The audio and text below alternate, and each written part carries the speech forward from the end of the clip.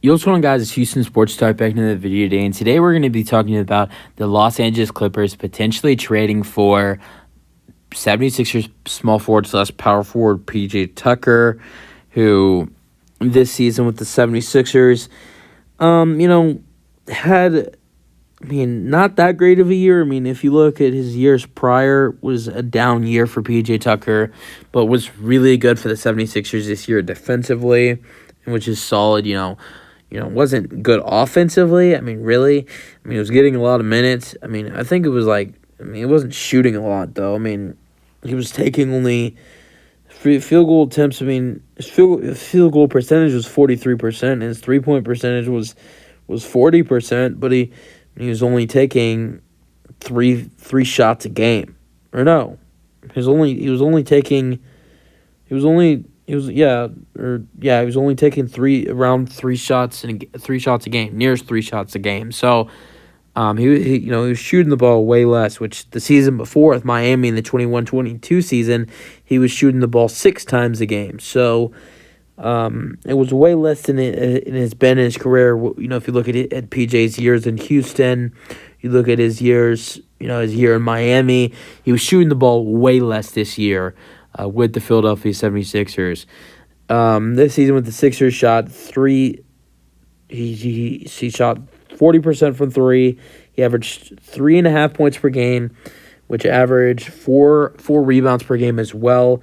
Was really good defensively, averaged a steal per game, and he averaged a steal per game and a block per game, but is just a good all-around defender.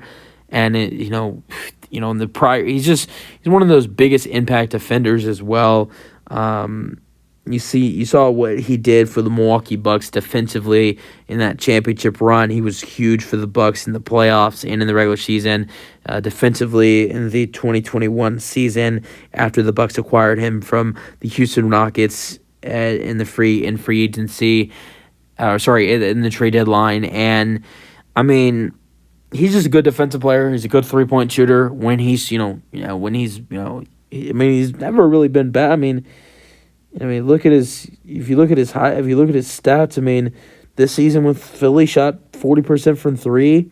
2021-22 season with Miami shot 42% from 3. The 2021 season with the Bucks in 20 games shot 40%. 3-point percentage shot 40% from 3 with the Bucks in the 2021 season. In his 32 games with the Rockets in the 2021 season, he shot 32% from 3. And with the 2019-20 season with the Rockets, his 3-point percentage was 36%. The season before, the 2018-19 season, 38%. 37% in the 17-18 season. His 3-point shooting has always been great, and he'd just be a good addition. Averaged 8 points per game with 6 rebounds per game with Miami, and was a starter pretty much the whole year with Miami in the 21-22 season. Played 71 games with Miami last year with 70 game starts. Was great for the Rockets in their competing years. 17-18 season with the Rockets, he averaged in the 17-18 year he averaged 6.1 points per game. Then the next season, in the 18-19 season, he averaged 7.3 points per game. And then the next season averaged 7 points per game, which I think in the 1 year, I think it was the 18-19 season, he averaged in the playoffs, he averaged 12 points per game. And then his playoff stats for the Rockets were always higher. The 17-18 season in the playoffs, he averaged 9 points per game. The 18-19 season in the playoffs, he averaged 12 points per game in the playoffs. And I don't know about the 19-20 season in the playoffs in the bubble, but his playoff with the Rockets, as a Rockets fan, he was always a bigger impact for the Rockets in the playoffs than he was the regular season. He was definitely great for the Rockets in the regular season, but he was at best with the Rockets when it was the postseason. It was great in the Rockets for the postseason in the 17-18 postseason. Was great for the Rockets in this 2018-19 postseason as well. Was great for the Rockets in those 2 postseasons. Had some good games in the Western Conference Finals for the Rockets in the Western Conference Finals against the Warriors in 2017. and just was great for the Rockets. And he's a good 3-point shooter. He's a good defender, and he has been in a lot of trade talks recently with his former Houston Rockets and Philadelphia 76ers teammate. James Harden has been rumored in trade talks with the Sixers and Los Angeles Clippers. It all started with James Harden opting into his 39? I think it was like $35 million player option. Something, it was like 35. I think it was 30. It was either $35.9 million player option, or it was either 35.9 or it was $36 million player option that he opted into. And after that happened, you saw the reports from Woj and Sam Shams that said that James Harden is expected to not play another game for the Philadelphia 76ers and is expecting to be traded, and that the number one team that James Harden wants to go to is the Los Angeles Clippers. And as the reports have been said, is that, James wants to go to the Clippers, and he's told the Sixers he wants to go to the Clippers. But basically what rumors have been recently is that P.J. Tucker, in talks with the Sixers and the Clippers, when they've been having trade talks recently, P.J. Tucker has been involved in those trade talks, and that's been really interesting to me. Because I get, P.J. Tucker being involved in trade talks. I mean, because if you're looking at, the Clippers' depth, they're going to probably have to trade a couple small forwards or power forwards to the 76ers in a trade to get James Harden. And I feel like P.J. Tucker would be a guy they would want on their team. He's a guy who played with Russell Westbrook and James Harden. And he's actually a guy who, was great with Russ. And he even played with K.J. Martin as well, who they acquired from the Rockets in trade. But at the same time, he didn't really play with KJ because when PJ played 32 games for the Rockets in the 2020-21 season, KJ wasn't really in the rotation and was actually spending a lot of time in the G League. So, he was around him in the locker room, didn't really play with him, though. After PJ was traded, you really started to see more of KJ Martin with the Rockets. But, I'm sure they probably touched the floor with each other a couple times and, knew each other, but didn't play with each other that often on the court. And, but they were in the same locker room. And he also played with Robert Covington, who's also on the Clippers roster. So you get a lot of former Rockets. You have Russell Westbrook. You have potentially James Harden if you acquire him. You could have P.J. Tucker as well. You already have Robert Covington and K.J. Martin. So it's like the Houston Clippers. But I think PJ would be a great fit for the Clippers, though. I want to go over what a trade I think to land PJ Tucker and James Harden looks like. The only reason I think you're probably not getting as much as you normally would for PJ Tucker and James Harden is because the fact is that these both guys are expiring contracts. James Harden will be a free agent next year, and same thing for PJ Tucker. I believe. But yeah, PJ Tucker is an expiring contract. I might be wrong about that, and if I am, I feel bad for I feel bad for messing up. But either PJ has 1 year left on his deal, or he has 2, and I'm pretty sure it's 1.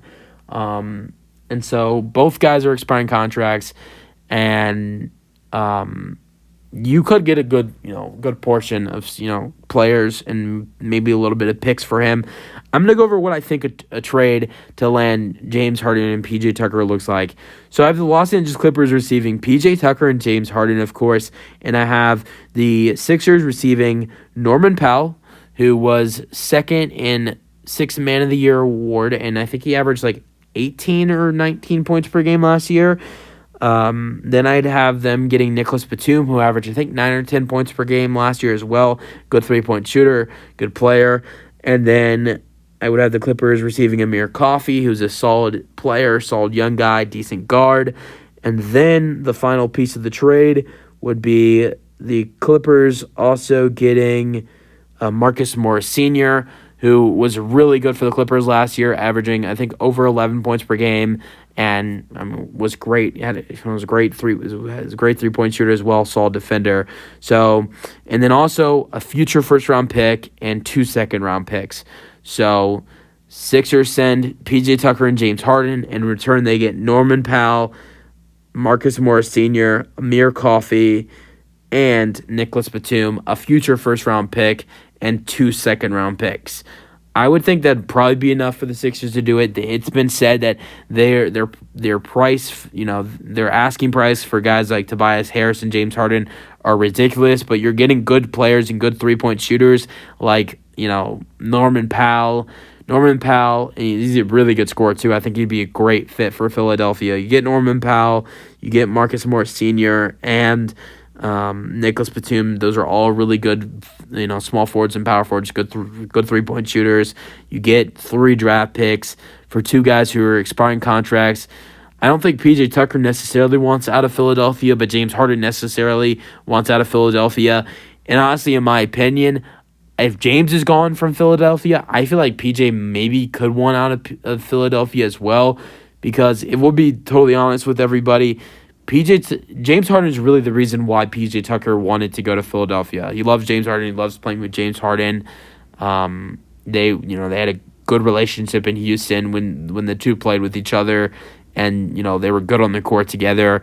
And one of the biggest reasons of PJ not only wanting to reunite with his former general manager Daryl Morey, but the big reason he returned, he went to Philadelphia in free agency was to play with James Harden. And if James Harden is gone, I could potentially seeing PJ Tucker wanting out of Philadelphia, kind of knowing, okay, I think it's about to get bad here. If James is gone, I don't know what's going to happen in Philly. And I could see PJ wanting out. You send him with James. They get to play with each other. He gets to reunite with some other former teammates of his like Russell and Rocco and KJ, and still get to play with James Harden. And, I think that it would probably be the best for the Clippers to trade for PJ as well, and for the Sixers to include him in that deal. Anyway, I think he'd be a great fit for the Clippers. Let's talk about with that trade and with the Clippers getting PJ Tucker, what the Clippers rotation looks like. At the point guard, you have Russell Westbrook. At the shooting guard, you have James Harden. At the small forward, you have Paul George. At the power forward, you have Kawhi Leonard. At the center, you have Ivica Zubac. Off the bench, your 2 guards off the bench, really nice. I love this guard duo. Bones Highland and Terrence Mann with the backup guards off the bench. You have KJ Martin as the backup 3. I think he's going to have a breakout year. He had a great season with the Rockets last year, averaging like 13 or 14 points per game last year with us, and with like 7 rebounds per game or 8 rebounds per game.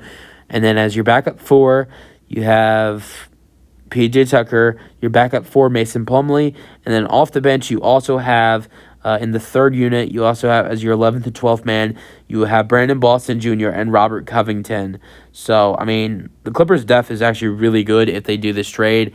And honestly, I think the Clippers would be really good in the Western Conference next year. I think the Clippers, if they're healthy with this roster, are probably a top 4 team in the Western Conference, or top 5. Let's say top 5 top 5 team in the Western Conference next year if they stay healthy. You have Russ and James reunited, and that's your backcourt, and then you have Paul George and Kawhi Leonard in that starting lineup as well. Then you have a lot of depth off the bench. You have Zubac at the starting center, but then your depth off the bench, Terrence Mann, Bones Highland, KJ Martin, PJ Tucker, Mason Plumlee, then Robert Covington and Brandon Boston Jr. I think the Clippers, if they pull off this trade and can land PJ Tucker and James Harden for Norman Powell, Marcus Morris Sr., Nicholas Batum, and Amir Coffey, and a first-round pick and 2 second-round picks, the Clippers would be scary next season. Using our thoughts on the Los Angeles Clippers potentially trading for some power forward PJ Tucker. If I'm the Clippers, you go for that trade. I think the only trouble on making that trade happen is if the Sixers say yes. But I honestly do feel like the Sixers would probably say yes to that trade offer. Using our thoughts on the potential trade for the Los Angeles Clippers, that's it for the video. Hope you guys enjoyed, and peace out.